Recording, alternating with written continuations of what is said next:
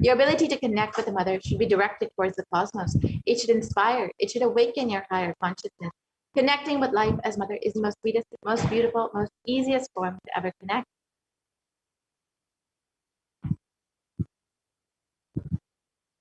And today, out of his extreme compassion and love, the Supreme Pontiff of Hinduism is manifesting Devi Parashakti herself and gracing us, answering all of our questions, attending to our prayers, giving boons, healing us, revealing our past, present, and future, delivering profound spiritual truths, and ultimately giving us the experience of Paramashivam itself.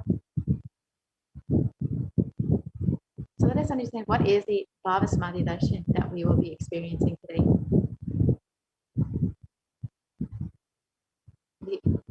So what is Samadhi? Sama is oneness and Adi means source. So Samadhi means one with the source. And Bhava means attitude or aspect. So Bhava Samadhi means being one with the source through this aspect. And Darshan means to have a glimpse of. In the Vedic tradition, it is used to describe the moment to behold a deity, an avatar, a saint, or an enlightened being, as just seeing such a being can cleanse the karmas of lifetime and leave a deep, lasting transformation in the receiver. Darshan is the powerful, superconscious vibration that is present around an avatar at all times. He simply radiates darshan just as the sun continuously radiates light. The auspicious moment when the receiver is able to catch it becomes the moment of darshan for you, raising you to the next level of superconscious breakthrough. It's like hitting the reset button on your very being. Let's understand the science behind the Bhava Samadhi darshan. First thing you need to know is that divine cosmic beings are real. They manifest from Kailasa, the enlightened time-space zone, through deities and incarnations. And divine cosmic beings manifest through the Achavataras, the deities and temples, and through the Bhava Samadhi darshans, the Nijavataras, the incarnations.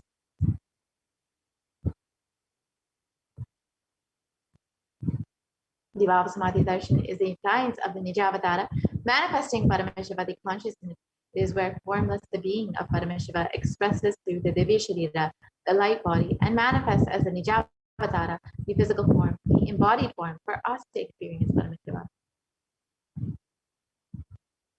Devi Parashakti expresses through the being of Rajarajeshwari and manifests as the Nijavatara of the physical form of Devi Meenakshi. And the Archavatara, the deity, reflects the consciousness, manifest conscious energy. But human beings are not yet mature enough to receive these double experiences from the Archavatara directly. So the avatar, the physical embodied form, comes down to bridge this gap and creates the experience of the superconscious energy in all of us. The Bhava Samadhi Darshan awakens your Kundalini Shakti, which is the latent potential energy in every human being.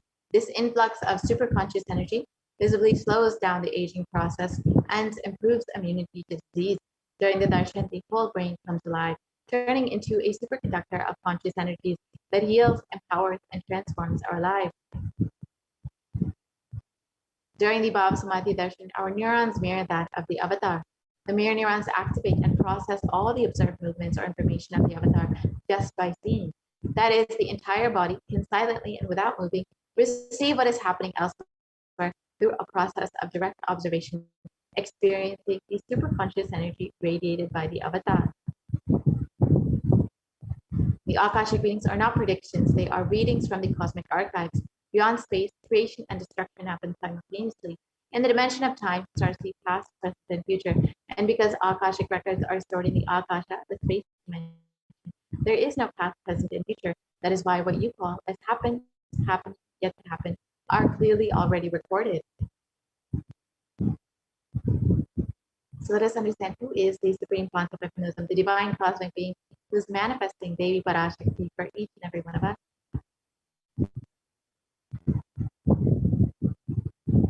The Supreme Pontiff of Hinduism, Jagat Guru Mahasanidan, His Divine Holiness, Bhagavan Paramashivam, is the reviver of Kailasa, a macrocosm, ancient enlightened new civilization nation.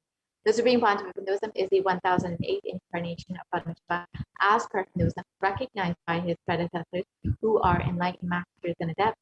The Supreme Pontiff of Hinduism has made the science of power manifestation, yoga, and temple-based universities as a lifestyle for humanity. The Supreme Pontiff of Hinduism is the present 293rd Jagat Guru Mahasanidan of the Kailasa Shamla Pita Satya Pita. here you can see Supreme Pontiff of Hinduism reviving and restoring all of the temple monastery complexes under this ancient Sarvanya Pitham, this ancient kingdom.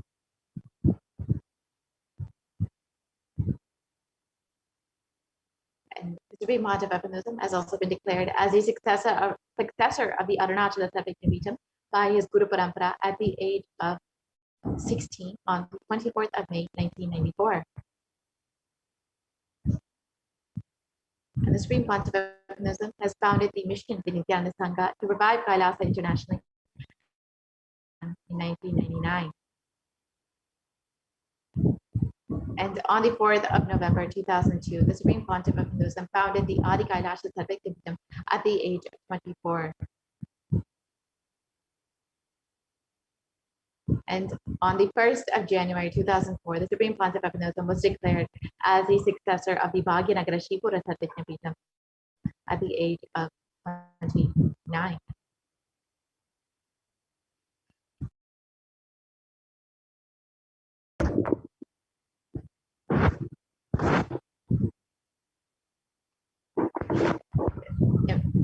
The Supreme Pontiff of Hinduism also has been declared as the incumbent emperor of the Suryavamshi Sarangi Samrajyam of the Suryavamshi lineage at the age of 26 on the 31st of December 2004. And the Supreme Pontiff of Hinduism became the reviver of the Adi Pallava Sarvanya Pitham at the age of 29 in 2007. And in 2008, the Supreme Pontiff of Hinduism was coronated as the successor of the Kashi Sarvanya Pitham at the age of 30.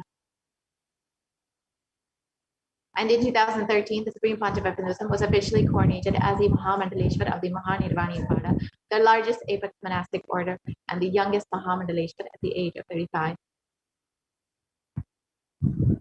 And the Supreme Pontiff of Hinduism was also coronated as the Guru Mahasannidhanam of the Tanjavur Adinam at the age of 36 in 2014. In that same year, the Supreme Pontiff of Hinduism was also coronated as the Guru Mahasannidhanam of the Tiruvarur Adinam and the Vedaranyam Adinam.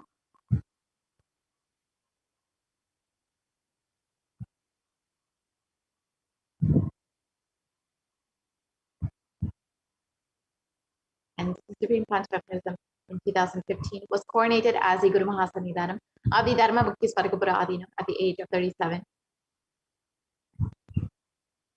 And in that same year, the Supreme Pontiff of Hinduism was also coronated as the Guru Mahasannidhanam of the Adi Vita Kolaramar at the age of 37 also.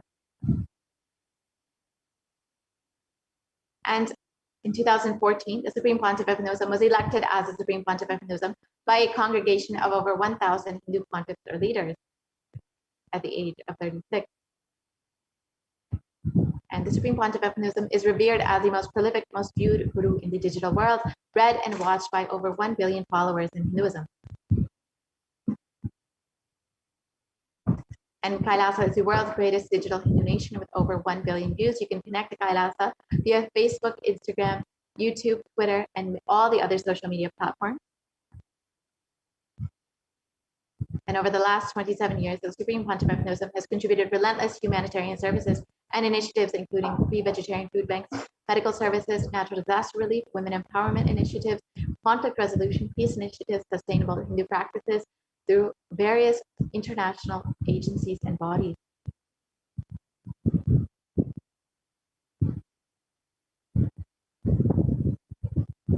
And the Supreme Pontiff of Hinduism has authored over 300 books and 10,000 articles in 3 languages, English, Tamil, and Sanskrit, which have been translated into 50 languages with over 1,000 titles.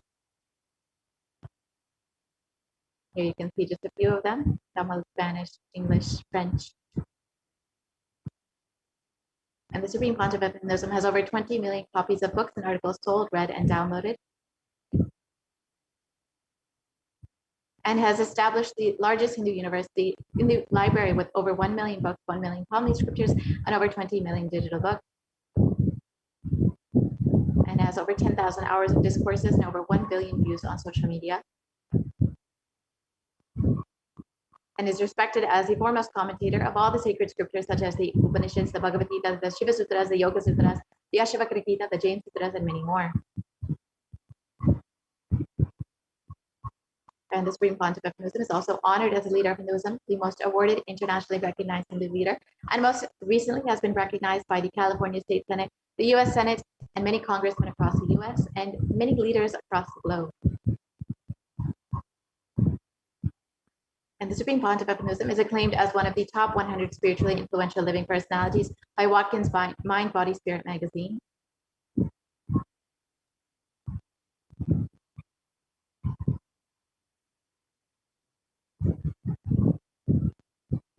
And is a reviver of the Sovereign Order of Kailasa led by the Supreme Pontiff of Hinduism and the Nityananda Order of monks, nuns, and the Hindu diaspora worldwide who are working for global peace and to give a superconscious breakthrough to humanity. The Supreme Pontiff of Hinduism is the establisher of the largest Hindu university in the world with satellite campuses in 150 countries, and is the establisher of 1,000 plus Kailasa enlightenment ecosystem, and the founder and reviver of over 100 Sadhvikas. So now let us understand the science of Diksha, the science of initiation, as we are entering into the demonstration of the extraordinary powers, the extraordinary Shaktis, as demonstrated by the initiated disciples of the Supreme Pontiff of Hinduism, and one of the greatest contributions to humanity by the Supreme Pontiff of Hinduism. Diksha is the direct transfer of spiritual energy by an avatar through a look, word, or touch, which destroys the ignorance of the initiate or disciple. So let us understand a little bit more about Diksha and understand the science of Diksha.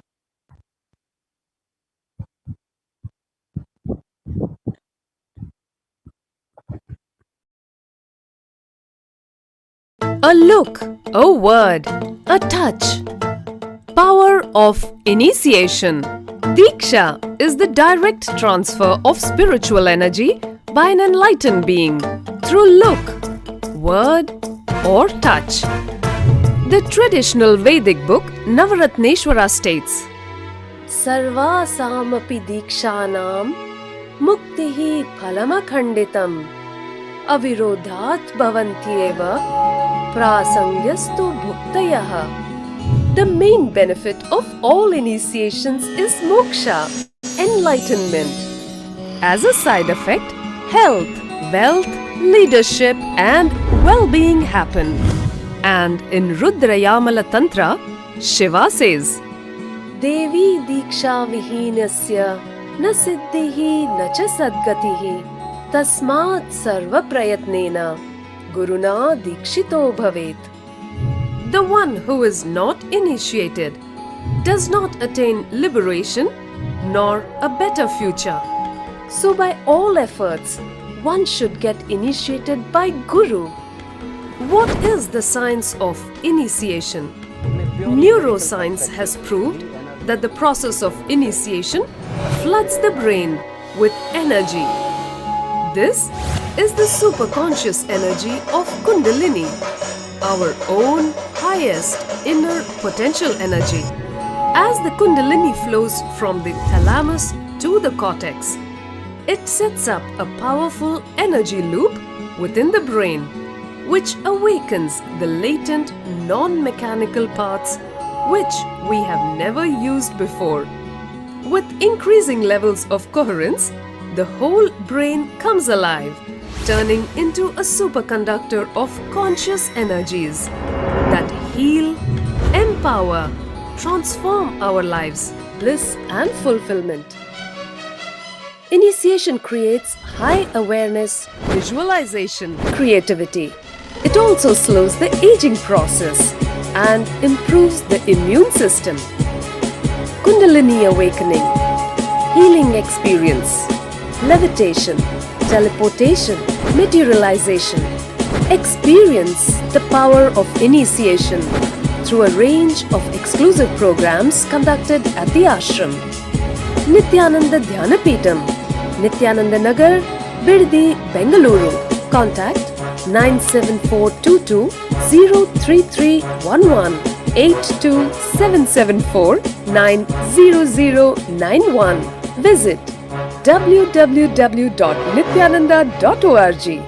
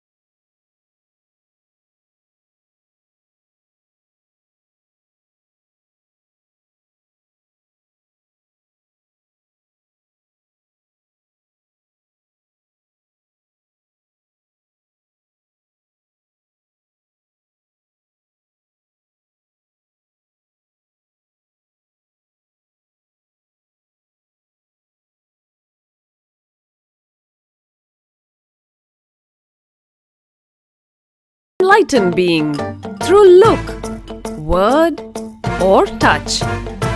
The traditional Vedic book Navaratneshwara states, Sarvasamapi dikshanam muktihi phalamakhanditam avirodhat bhavantyeva prasangyastu bhuktayaha. The main benefit of all initiations is moksha, enlightenment. As a side effect, health, wealth, leadership and well-being happen. And in Rudrayamala Tantra, Shiva says, Devi diksha vihinasya na siddhihi na cha sadgatihi tasmat sarva prayatnena guruna dikshito bhavet. The one who is not initiated does not attain liberation nor a better future. So by all efforts, one should get initiated by Guru. What is the science of initiation? Neuroscience has proved that the process of initiation floods the brain with energy. This is the superconscious energy of Kundalini, our own highest inner potential energy. As the Kundalini flows from the thalamus to the cortex, it sets up a powerful energy loop within the brain, which awakens the latent non-mechanical parts which we have never used before. With increasing levels of coherence, the whole brain comes alive, turning into a superconductor of conscious energies that heal, empower, transform our lives, bliss and fulfillment. Initiation creates high awareness, visualization, creativity. It also slows the aging process and improves the immune system. Kundalini awakening, healing experience, levitation, teleportation, materialization. Experience the power of initiation through a range of exclusive programs conducted at the ashram. Nithyananda Dhyanapitham, Nithyananda Nagar, Birdi, Bengaluru. Contact 97422 03311 82774 90091. Visit www.nithyananda.org. Paramashivam Om Nityananda Paramashivam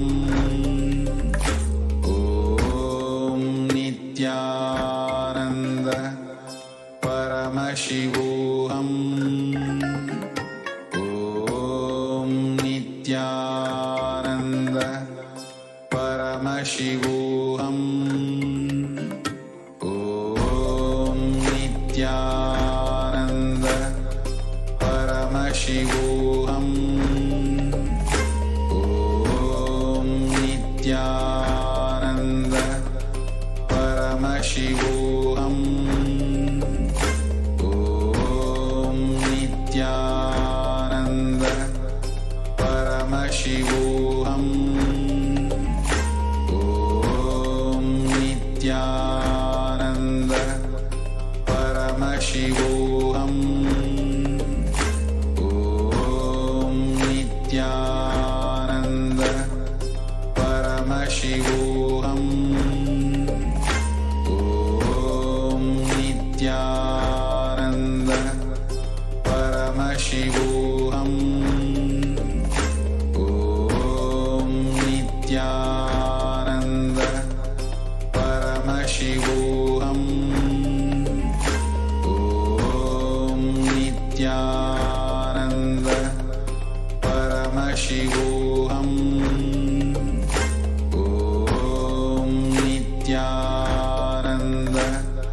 Paramashivam Om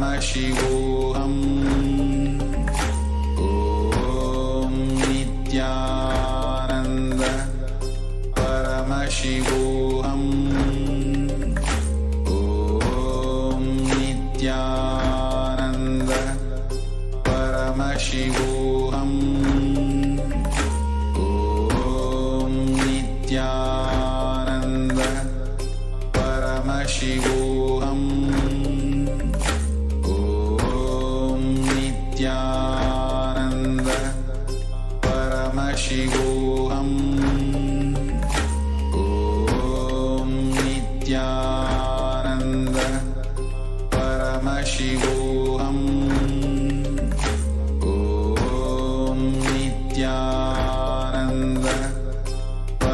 Paramashivoham. Om Nityananda Paramashivoham. Om Nityananda Paramashivoham. Om Nityananda Paramashivoham. Om Nityananda Paramashivoham. Om Nityananda Paramashivoham. Om Nityananda Paramashivoham.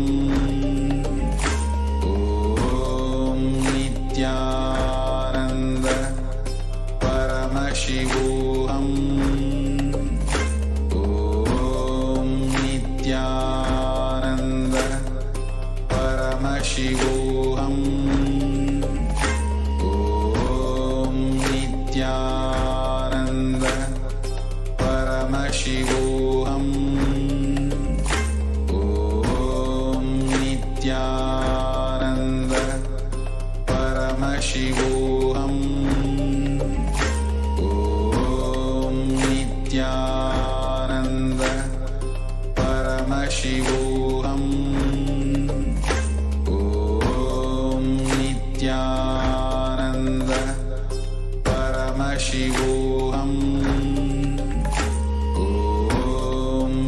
Nityananda Paramashivoham.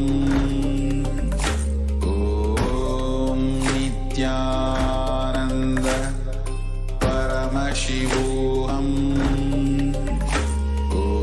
Om Nityananda Paramashivoham.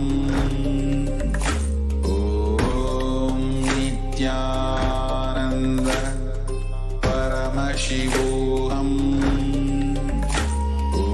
Om Nityananda Paramashivoham. Om Nityananda Paramashivoham.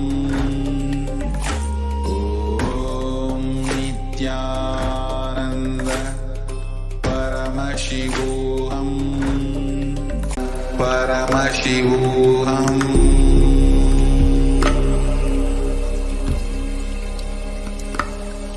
Om Nityananda Paramashivoham.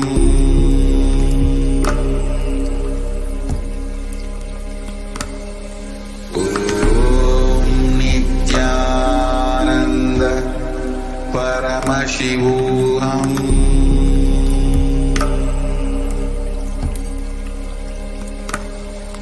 Om Nityananda Paramashivoham.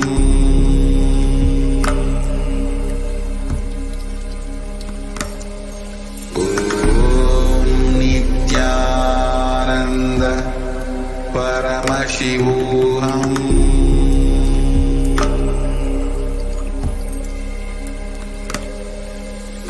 Om Nityananda Paramashivoham.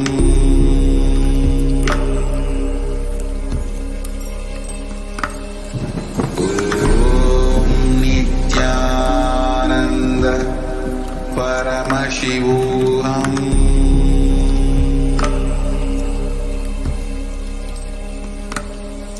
Om Nityananda Paramashivoham.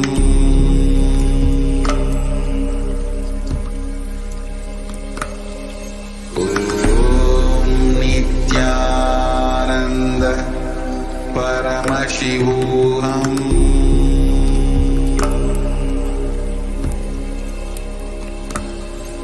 Om Nityananda Paramashivoham.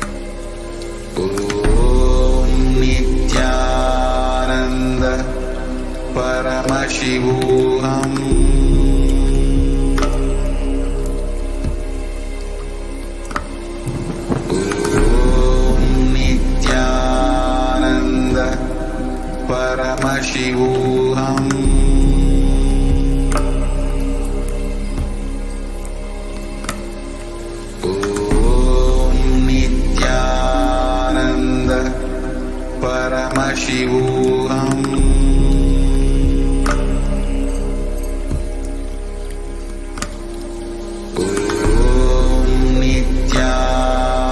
Nityananda Paramashivam.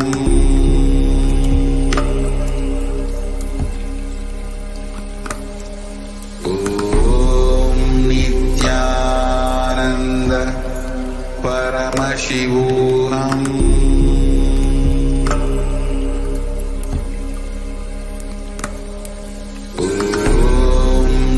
Nityananda Paramashivam.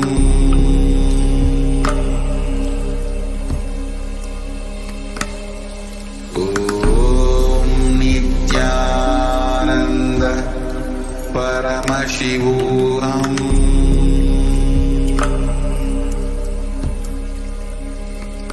Paramashivam.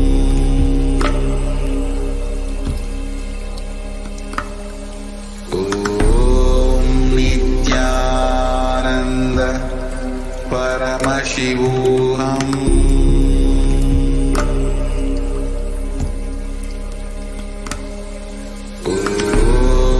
Nityananda Paramashivam.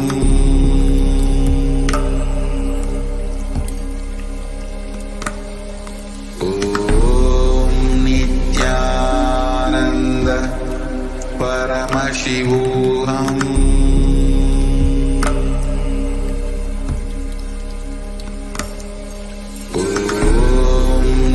Nityananda Paramashivam.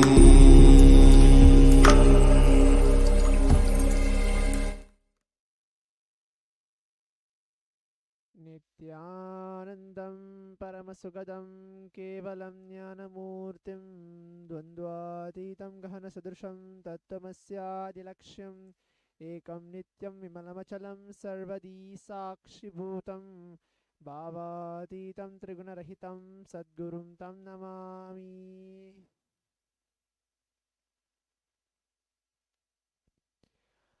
Welcome to today's Manifesting the Extraordinary Shaktis of Paramashivam Parashaktis as per today's Parashakti's Akashic reading.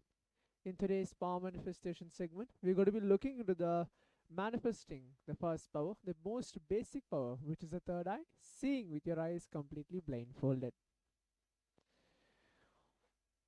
The Balasans Nityananda yogis, the initiated disciples of the Supreme Pontiff of Hinduism, will now be demonstrating the powers of third eye and sharing with all the experience and results of the extraordinary manifestation of the divine powers awakened in us through the Diksha, which is the initiation. In today's Bhava Samadhi Darshan, all of us will be receiving the initiation into third eye awakening and various of the powers and with the blessings and grace of the Supreme Pontiff of Hinduism. We will be manifesting the following powers, which is the third eye, seeing with your eyes completely blindfolded. Third eye is a cosmic browsing center located between the brows, which upon initiation, one can effortlessly express powers and see through the third eye, just as you do with the two eyes. So what are Shaktis? In the Vedagamas, which are the source scriptures of Hinduism, Paramashiva reveals in elaborate detail that every human being is hardwired to be able to manifest 463 plus extraordinary Shaktis, the divine powers. The Shaktis are described as a system, method, and a science for human beings to explore the various possibilities and powers and have access to various states of consciousness. Shaktis manifest from fundamental cognition that you are divine, you need to manifest divine, and not you are man, you need to reach divine. So now, let us learn what are the difference between Shaktis and Siddhis. The Shaktis expressed from the space of enlightenment as a side effect of feeling connection with the divine and high integrity with the Guru. The Shaktis are the source of enlightenment, whereas Siddhis are powers that manifest from tapas of penance for enlightenment. Siddhis are on the path of enlightenment. The Shaktis of Paramashiva manifest through ordinary human beings in an extraordinary way after the initiation of the avatar. The Shaktis are permanent, whereas Siddhis are not permanent. Siddhis may divert you from the space of enlightenment. Paramashiva is a primordial divinity in Hinduism, the ultimate reality and cause, which is self-effulgent, Swayam Prakasha, all-pervading, unchanging beyond time, space, form, and causality. As a fundamental base of Avyakta, the unmanifest, and Vyakta, the manifest existence, he performs the Panchakritya, the five cosmic acts of Shristi, creation, Sthiti, sovereign rulership and maintenance, Samhara, rejuvenation, Prabhava, pulling out of delusion, Anugraha, liberating grace for all living entities. The Supreme Pontiff of Hinduism, Jagadguru Mahasannidhanam, His Divine Holiness Bhagavan Nityananda Paramashivam, is an 1008th living incarnation and representative of Paramashiva and the reviver of Kailasa, the ancient enlightened Hindu civilizational nation, the great cosmic borderless Hindu nation. Ever since the beginning of the civilization, the Sanatana Hindu Dharma has been the cradle of enlightened beings and highly advanced science. It was where the science of enlightenment and powers, Shaktis, was lived and taught as a lifestyle. For the first time in modern day, the Supreme Pontiff of Hinduism is reviving these yogic sciences and transmitting it to the world at a record-breaking pace, never accomplished before. The knowledge and science of manifesting these Shaktis are passed on from one generation to next through Diksha, which is the initiation with the enlightened gurus. The Supreme Pontiff of Hinduism, being recognized as an incarnation at very young age, was trained and taught these sciences to revive the initiation and knowledge repositories for billions to manifest the science of power manifestation through the disciplines of Vedanta, Tantra and Sri Vidya, Yoga and Yogic powers, Mantra Shastra, Siddha Vidya, science of Aushadha, Advaita and Bhakti Yoga, Paramashiva and Paramashiva. So, how to awaken the divine Shaktis in us? Every ultimate truth, which is a jnana, mapped into your consciousness, prajna, manifests as a possibility and power of every being, prajnana. The science of power manifestation is authenticated through four aspects or evidence which are called pramana. The Shastra Pramana, which is the eternal unchangeable truths revealed in the source scriptures. Apta Pramana, which are the experience and the results of Aptas or authorities of Hinduism, the Vedic rishis and scientists who have time tested and verified the science. Atma Pramana, which is the account of the Supreme Pontiff of Hinduism, Bhagavan Nityananda Paramashivam, this millennium's avatar, personal experience of power manifestation. Pratyaksha Pramana, or which are called the empirical evidence from observation and scientific experimentation. The Vedas are the ultimate superior authorities for Hindus. Vedas are the pure science, so the ultimate truths are explained. Agamas are the scriptures, so the applied technology, the applied science is expanded. Vedas and Vedagamas are given the status of Shruti, as they are directly revealed by Paramashiva himself. They are the ultimate, eternal, unchangeable truths. A reference cited from the Shastra source scriptures is called Shastra Pramana. Let us now get ready to witness a very unique and exciting demonstration of the power of third eye. Now, let us chant the Shastra Pramana.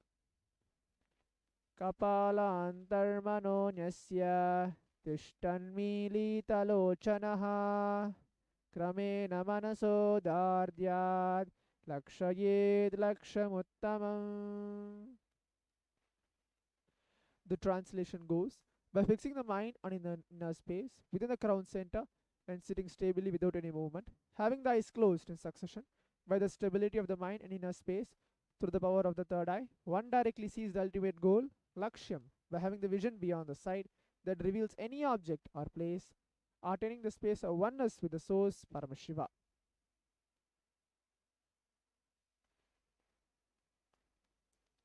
The Apta Pramana, where Bhagavan Krishna initiates Arjuna under the power of third eye to behold Krishna's Vishwarupa Darshan, the vision of his cosmic form. The 11th chapter of Bhagavad Gita, which contains a description of Bhagavan Krishna's cosmic form, is completely narrated by Arjuna as he sees Bhagavan Krishna through his third eye. In Swamiji's own words, the first experience that I was able to see everything around me, above me, the whole 360-degree, 10 directions below me, everything I realized. Not only I was able to see, I was able to feel, experience all of that as me. The Pratyaksha Pramana, which are the study measures and comparing metabolic cell activity of the brain in conscious and meditative states. When doing daily activities, high activity is measured in the brain where the third eye is located. When in deep samadhi state, only the third eye region is active and almost 90% of the brain is rest at peace. Sakshi Pramana, which is this rare sacred science of third eye awakening, is being made available to humanity for the ultimate enrichment and conscious evolution by the Supreme Pontiff of Hinduism. Swamiji embodies the most profound yogic state that surpasses all bounds of time, space, and matter. The Supreme Pontiff of Hinduism is gifting this pure great science of third eye awakening, along with many other spiritual sciences, through initiation, Diksha. Billions of people have been initiated by Supreme Pontiff of Hinduism and are experiencing the profound results as extraordinary powers in their everyday life. Let us now witness the live Sakshi Pramana, which is a demonstration of the power of third eye, the Balasans and Nityananda yogis.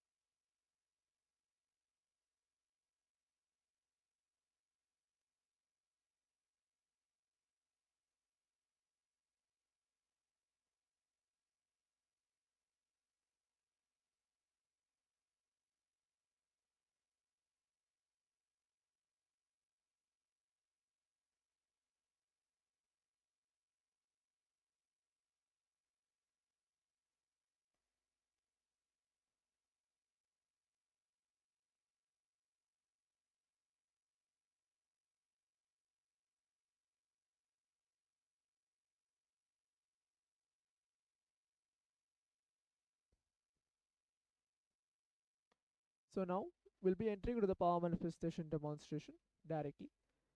As you can see, this is the blindfold which I'm going to wear. This is blindfold is completely tested by the doctors and scientists, where it is visibly proven there's no visibility of light which can pass through this blindfold. In today's power manifestation demonstration, we are going to be looking into reading the Facebook live comments, which is going to get projected, and devotees and disciples who are out there who can post on the Kailasa Supreme Pontiff of Hinduism Facebook live page. You can post any comments. I'll be reading it out just through the third eye shortly. Next is I'm going to connect myself in the space of oneness with Swamiji by chanting the Mahavakya intensely and manifest as a Sakshi Pramana witness of this power manifestation demonstration, reading with your eyes completely blindfolded.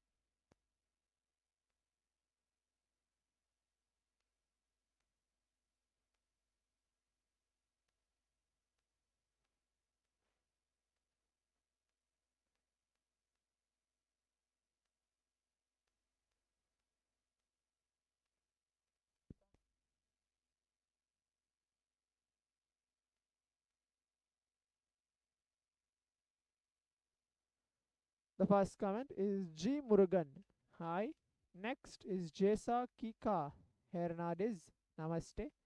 J. Saha N. Akonila O. Balance Irukku Nityananda Paramasivoham Ninacha Orunodile Pala Lacha Maka Martha Mudiyum. Hima gift a emoji of heart twice, a flower 4 times, and a heart twice. So this is just reading about the 4 or 5 comments which is getting projected on the Kailasa Supreme Pontiff of Hinduism page. Stay tuned for today's Parashakti Akashic session. We'll be having a guided power manifestation session by the end of today's session. Thank you, Nityanandam.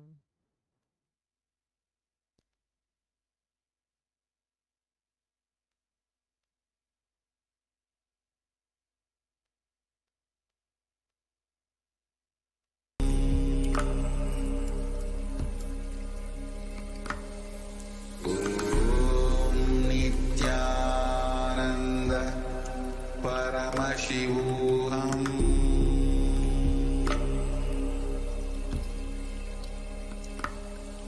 Om Nityananda Paramashivam